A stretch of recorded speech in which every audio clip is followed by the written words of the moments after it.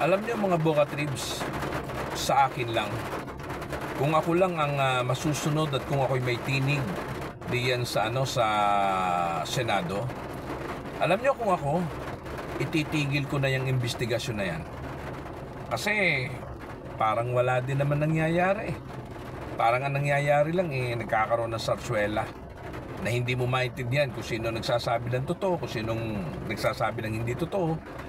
At kadalasan pa parang naglalaro-laro lang sila Kaya kung sa akin mga Boka Tribs, kasuhan na kung sinong dapat kasuhan.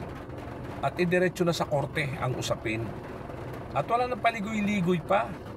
At di bahala ng korte na magdesisyon kung sinong dapat hatulan at sinong dapat napalayain.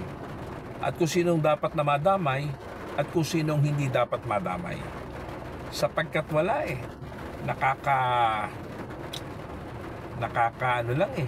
nakakapanggalaite. Bilang tayong mga mamamayang Pilipino na nakasubaybay at nanonood sa mga kaganapan, tayo mismo nanggagalaite sa mga nangyayari. Tayo mismo nabubuwisit. Tayo mismo naaasar. Kaya dapat idiretso na sa sa korte. Kung kinakailangan kasuhan yung mga person of interest na yan, kasuhan nyo na lang. Gaano kalaki ang perang nagugugol diyan sa investigasyon pa lamang? Wala din naman kayong pwedeng i-convict diyan dahil wala naman kayong karapatan na mag-convict sapagkat ang inyo lamang is recommendation.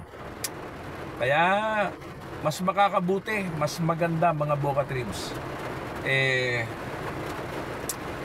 Ano na yan? Idiretso na sa korte. Kagaya niyan. Wala parang katawa-tawa na lang ang nangyayari sa atin dyan Parang kanya-kanya na lang na pagalingan. Kanya-kanyang patalinuhan. Parang ang nangyayari, competition dyan sa Senado.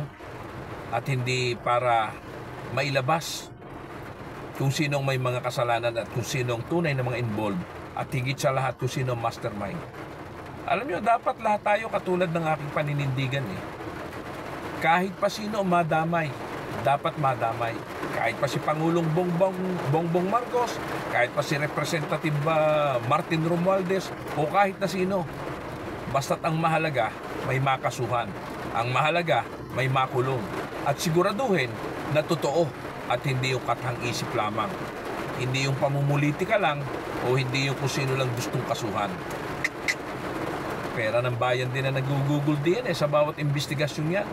Para bagang kami ng mga mamamayan, kami na ang ninakawan, kami pa nagpapakain doon sa mga nagnakaw sa tuwing may hearing. Para bang kami na ang ninakawan, kami pa nag-aabang kung ano mangyayari.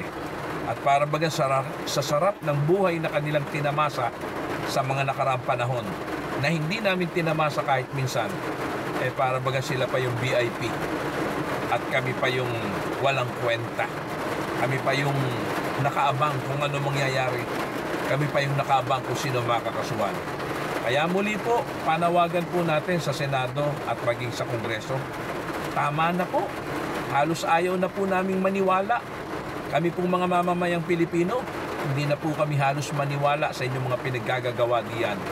Sapagkat tila kaduda-duda po ang bawat mga hakbang. Kaya kung maaari lamang po at makakarating po ito sa inyo, hiling na po. Tama na po ang investigasyon dyan sa Senado. Tama na pong investigasyon dyan sa Kongreso. Idiretso nyo na po. Diyan po sa korte at mahatulan na po kung sino dapat mahatulan. Salamat po.